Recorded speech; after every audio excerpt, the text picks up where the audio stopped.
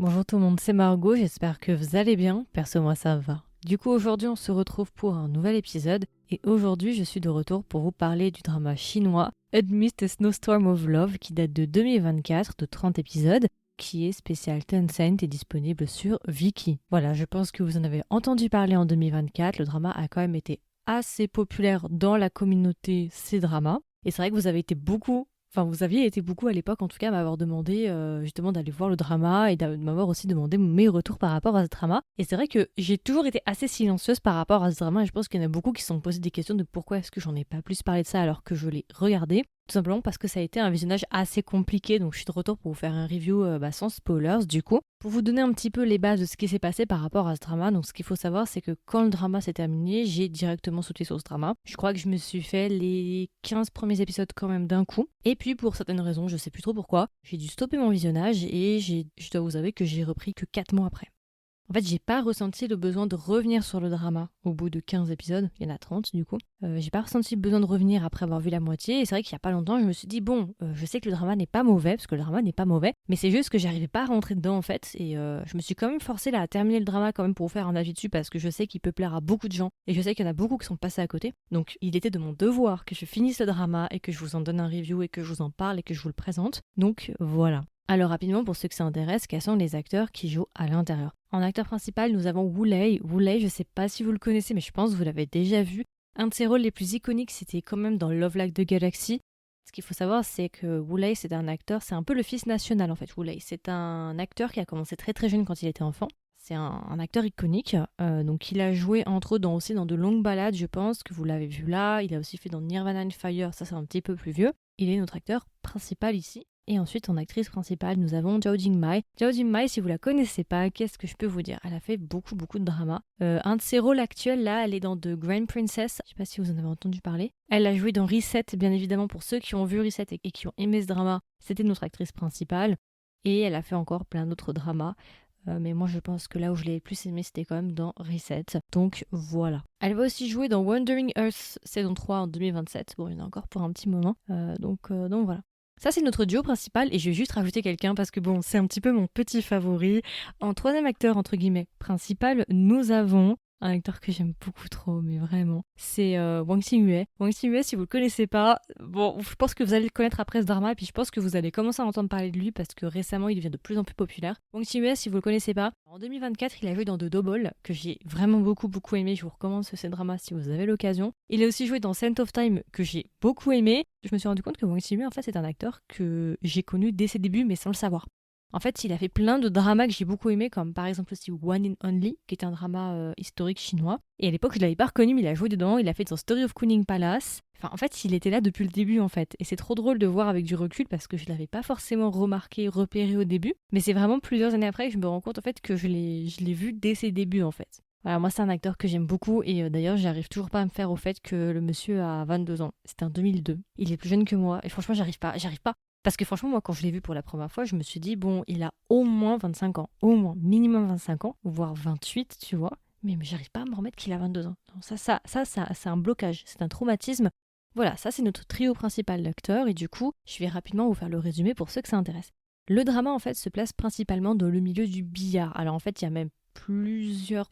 C'est pas que du billard, il y a aussi des sous-catégories de billard, mais je connais pas les noms. Donc, on va être assez large et on va dire que ça parle des joueurs professionnels de billard. Une bonne partie du drama va se placer en Finlande, à Helsinki plus particulièrement. Et du coup, le drama va tourner autour de plusieurs personnages, dont notre personnage principal féminin qui s'appelle Yingo. Yingo, au début du drama, est une jeune athlète.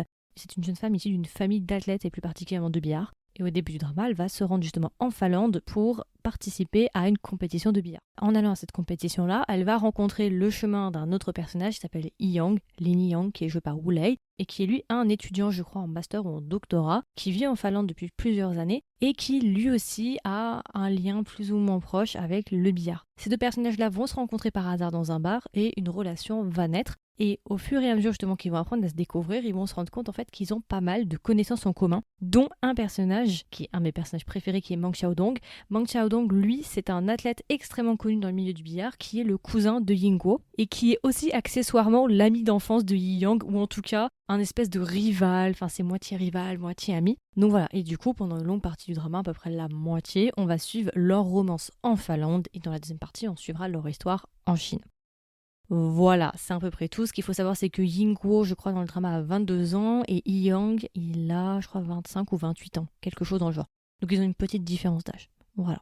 Qui dit forcément Finlande, dit pays scandinave, dit du coup froid, et du coup dit hiver aussi, parce que le drama se passe en hiver. Donc c'est vraiment une petite romance hivernale sur fond de sport et plus particulièrement de billard. Voilà, c'est à peu près tout, je ne vais pas vous en dire plus. Alors rapidement, du coup, qu'est-ce que j'ai pensé de ce drama sans spoilers, en point positif et point négatif. Point positif, qu'est-ce que j'ai aimé? Alors déjà, moi, j'ai beaucoup aimé le couple. Je dois vous avouer qu'il y a une intensité, et surtout du côté de Wu Lei. Wu Lei sait jouer les gars amoureux. Et ça, vous allez le voir tout de suite. Il y a des scènes qui sont tellement intenses, genre une scène dans la cuisine où ils arrêtent de respirer. En fait, il n'y a pas qu'une seule scène. Ce serait injuste de dire qu'il n'y a qu'une seule scène. Les 15 premiers épisodes, là, il y a une tension. Wu Lei sait tellement jouer le gars qui, voilà, quoi, je peux pas trop dire parce que sinon, voilà, on est quand même sur un programme... J'ai pas envie de partir sur un contenu interdit au moins de 18 ans, mais voilà, vous avez compris, je pense vraiment, il y a un désir dans son regard et il y a une intensité que tu retrouves rarement, ou qui est rarement aussi bien portrayée, si ça fait sens. Donc franchement l'intensité et surtout du côté de Wu Lei, j'ai adoré son personnage. Ouais, en fait pour moi le plus grand point positif de ce drama c'est ça. Après c'est vrai qu'il y a aussi l'aspect du coup billard qui est une discipline personnellement que je ne connais pas vraiment, enfin de loin quoi, j'y ai déjà joué mais je suis pas non plus une experte vous voyez, donc ça fait du bien de voir autre chose, c'est quand même assez différent et je trouve que ça se démarque pas mal sur ce côté-là. Mais personnellement, moi, ce que je retiens de cette histoire, en tout cas un point positif, c'est vraiment le casting, et particulièrement le couple. Un autre point positif, bah forcément, c'est Mang Xiaodong, du coup, qui est joué par Wang Xingyue, qui est un acteur que j'aime beaucoup, et plus particulièrement ces derniers temps, vu que je le vois davantage à l'écran, donc ça fait plaisir de le voir. Donc voilà, c'est un acteur que j'aime beaucoup, donc forcément, dès que je le vois, et franchement, mais le voir en costume, mais qu'est-ce qu'il est beau en costume! C'est pour ça que je vous dis, il peut pas avoir 22 ans, en fait. C'est pas possible d'avoir 22 ans et d'être... Je sais pas, il est... Allez voir. Je m'en remets pas. En fait, pour moi, c'est le même traumatisme que de savoir que Hidong, il a 40 ans passés, en fait. Voilà, c'est exactement le même problème, le même trouble que j'ai, c'est le même trauma que j'ai actuellement. Voilà, ça c'est à peu près tout pour mes points positifs. J'en ai pas non plus énormément. En fait, ce que je vais dire objectivement, voilà, par rapport aussi à ce que j'avais dit avant, que j'ai drop le drama entre guillemets et que je me suis reforcée à le regarder. En fait, c'est pas nécessairement que le drama est un mauvais drama. Je suis totalement d'accord avec les gens qui disent que c'est un excellent drama. Je suis d'accord. Le couple fonctionne bien. Le drama est une romance avant tout. Ce que je veux aussi vous mettre en garde, c'est vrai qu'on nous vend la chose comme compétition de billard, sportif, athlète. Alors c'est vrai, mais c'est vraiment minoritaire en fait. C'est vraiment genre, c'est peut-être 20% de l'histoire. Les 80% restants, c'est vraiment de la romance. Il faut vraiment prendre ce drama comme une romance avant tout, avant un drama justement sportif ou un drama avec des compétitions. Donc je suis totalement d'accord, c'est un excellent drama, mais en fait, moi j'ai un petit souci avec ce drama, ce qui fait que le drama, je l'ai un peu drop, c'est par rapport à l'ambiance. Moi je suis quelqu'un qui n'aime pas du tout l'hiver. Je déteste, c'est la saison que j'aime le moins. La neige, tout ça, ça me déprime énormément. Et ce drama en fait est tout là-dessus en fait. Le drama se passe en Finlande. Il y a aussi le fait que ça se passe en Finlande et que moi je m'en fous de la Finlande et quand je vais voir un C-drama, je veux que ça se passe en Chine. Donc déjà il y a cet aspect-là aussi qui joue que bah, forcément j'avais pas beaucoup d'intérêt, j'avais du mal à rentrer dans l'ambiance parce que ça se passe en Finlande et c'est pas un pays qui m'intéresse, donc il y a ce point-là aussi qui fait qui a joué justement dans mon appréciation. Mais il y a aussi ce côté du coup comme je vous ai dit, ambiance avec lequel j'ai beaucoup de mal, le drama en termes de colorimétrie et en termes de décor et en termes de paysage. C'est très froid, c'est dans les bleus principalement quand même, et c'est quelque chose que moi j'aime pas trop en fait. J'ai beaucoup de mal avec la colorimétrie, ça me déprime beaucoup.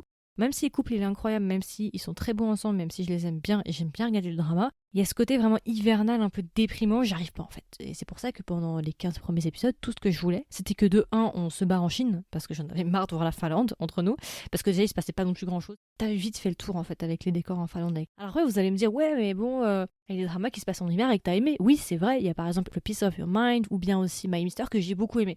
Mais si vous regardez le dénominateur commun de ces dramas-là qui se passent en hiver, mais que j'ai apprécié, ces dramas-là ont des teintes certes plus sombres, mais sont plus vers l'orange. Vous voyez ce que je veux dire ou pas? Il n'y a pas ce côté froid, ce côté hivernal, ce côté bleu un peu qui personnellement moi ne me convient pas spécialement.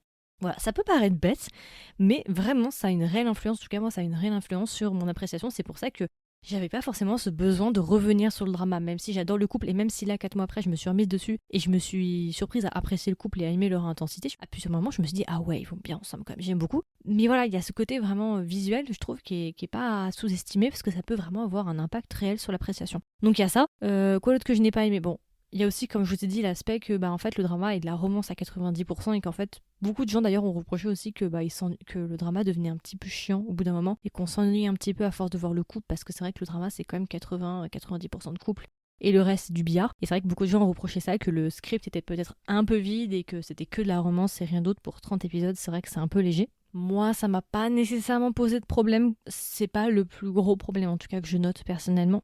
Par contre, j'ai un problème quand même qui m'a un peu saoulée. J'ai vraiment eu du mal avec Ingo, le personnage féminin. En fait, c'est pas Raku, c'est pas tout le temps. Mais j'avoue que le personnage de Ingo, j'ai pas aimé parce que c'est un personnage qui est... Elle sait pas ce qu'elle veut en fait. Je sais pas comment expliquer, mais elle est frustrante. Yingo, moi, m'a beaucoup frustrée. T'avais des moments où t'es en mode, mais meuf, en fait, c'est bon, on a capté, c'est bon, t'es timide, ok, mais passons à autre chose. Là, en fait, on va pas passer 40 minutes à rougir parce qu'il t'a fait un bisou ou quoi, tu vois. Le truc aussi, c'est que je trouve que c'était assez déséquilibré entre Yang et Yingo parce que Yang, lui, il est vraiment genre. Yang, il est tellement à fond dans leur relation, il prend tellement les initiatives, il fait tout pour la relation, alors que Yingo, derrière, j'ai l'impression qu'elle est un peu plus du côté passif. Et je vous avoue que ça m'a un peu frustrée. Il y a un personnage en particulier qui arrive vers la fin dans la deuxième moitié, qui est la sœur de Yingo. J'ai pas vraiment compris l'intérêt de ce personnage. Franchement, je vais être honnête avec vous. J'ai trouvé qu'il y avait des personnages qui étaient trop. Il y a beaucoup trop de personnages dans ce drama-là. Il y a des personnages qui ne sont même pas traités à la fin et qui ont. Ouais, en fait, ils sont juste là pour être là.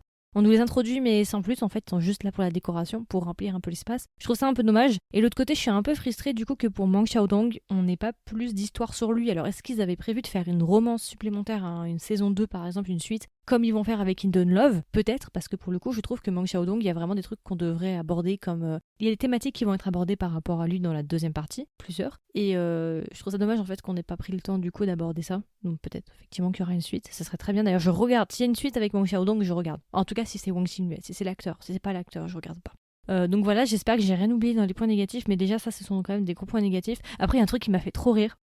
C'est dans le drama en fait. Au bout d'un moment, les personnages, du coup, ça se passe en Finlande, ok. Bon, je sais que je suis pas très forte en géographie, mais quand même.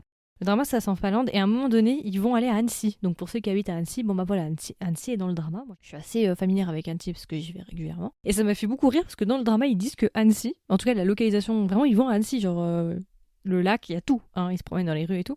C'est trop drôle parce que dans le drama, ils disent qu'en gros, Annecy, ce serait une île non loin de la Finlande. Et du coup, c'est là où tu te dis, mais les pauvres personnes à l'étranger qui regardent ça et qui peut-être croient à ça, parce que si tu sais pas, tu vois. Parce que je crois pas que Annecy soit cité dans le drama. À un moment, ils sont à la gare, et effectivement, c'est marqué Annecy, mais à aucun moment, ils ont pas dit verbalement Annecy est une île de la Finlande. Ils vont dire, cette localisation-là, c'est une île non loin de la Finlande. Je savais pas s'il fallait pleurer ou rire quand j'ai vu ça. Et aussi un truc qui me saoule, je sais pas quand est-ce qu'ils ont filmé, mais c'est de me dire que en plus, j'étais sans doute à cette période à Annecy et que je les ai ratés. C'était trop bizarre de voir les acteurs dans les rues où je vais régulièrement et j'avais tellement seum quand j'ai vu ça parce que je me suis dit ne me dis pas que je les ai ratés et qu'on y allait peut-être à 2-3 jours d'intervalle et qu'on s'est ratés. Non, franchement, ça me foutrait le seum si c'était vrai. J'aurais trop le seum, mais c'est grave possible. Vraiment, ça fait trop bizarre de voir genre. C'est trop bizarre. Bref, c'était le petit fun fact. Donc voilà, c'est à peu près tout du coup, je pense, pour les points positifs et points négatifs. Et du coup, alors, si je devais recommander le drama à un ami ou une amie, qu'est-ce que je lui dirais et est-ce que même je lui recommanderais le drama? Alors moi, je le recommande principalement pour les personnes qui cherchent une petite romance hivernale et plus particulièrement avec nos acteurs principaux. Si vraiment c'est votre truc et que vous voulez une romance un petit peu intense, un peu caliente entre guillemets, et aussi une romance avec une différence d'âge vraiment foncée. Si vous aimez bien le côté hivernal, vous aimez bien ça, c'est votre petit moment suivant au moment aussi où vous m'écoutez. Si c'est votre cam, allez-y. Franchement, vous n'allez pas être déçus. Si vous aimez Woolley et que vous voulez le voir dans un rôle un peu plus mature, allez-y.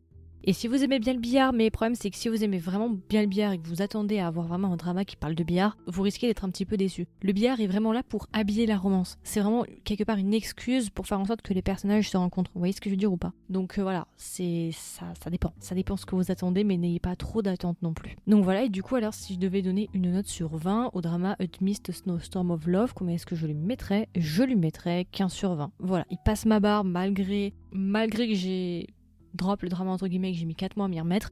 C'est pas une note due à mes sentiments et à mes émotions, mais c'est vraiment une note où je sais qu'en fait c'est un drama que beaucoup de personnes vont apprécier et je pense que beaucoup sont passés à côté. Donc vraiment le podcast c'est l'excuse parfaite pour vous en parler et vous le faire découvrir. Même si moi ça n'a pas été un coup de cœur, je sais que pour beaucoup ça vaudra votre temps, c'est pour ça que je lui ai mis 15, parce qu'en soi il n'est pas non plus mauvais. Mais c'est juste que moi, c'est pas ma cam en termes d'ambiance, c'est trop froid. Je suis pas très fan de cette ambiance-là. Donc voilà, écoutez, c'est à peu près tout. Du coup, c'était ma version courte, ma version sans spoilers sur le drama Amidst a Snowstorm of Love. Comme d'habitude, n'hésitez pas à me donner vos retours. Si jamais aussi, j'ai oublié de préciser, mais le drama est disponible sur Voir Drama en voix STFR. Au cas où, si ça vous intéresse. Donc voilà, comme d'habitude, n'hésitez pas à me donner vos retours. Est-ce que vous avez vu le drama? Si vous l'avez vu, est-ce que vous l'avez aimé, vous ne l'avez pas aimé? Il y aura une section commentaires si vous m'écoutez sur Spotify. Vous avez juste à swiper vers le haut. Si jamais vous m'écoutez sur YouTube, n'hésitez pas à me laisser un petit commentaire, ça me fait toujours plaisir de lire ça. Et si jamais vous voulez être au courant des dernières sorties du podcast et recevoir une notification, n'hésitez pas à vous abonner sur votre plateforme d'écoute préférée ou bien vous abonner sur YouTube aussi. Comme ça, vous recevrez pareil une notification dès qu'un nouvel épisode sort. Et si jamais vous voulez m'aider et me soutenir, comme d'habitude, n'hésitez pas à me laisser une note. Et puis voilà, écoutez, je vous souhaite une agréable journée ou une agréable soirée et je vous dis à la prochaine pour un nouvel épisode. Bye bye!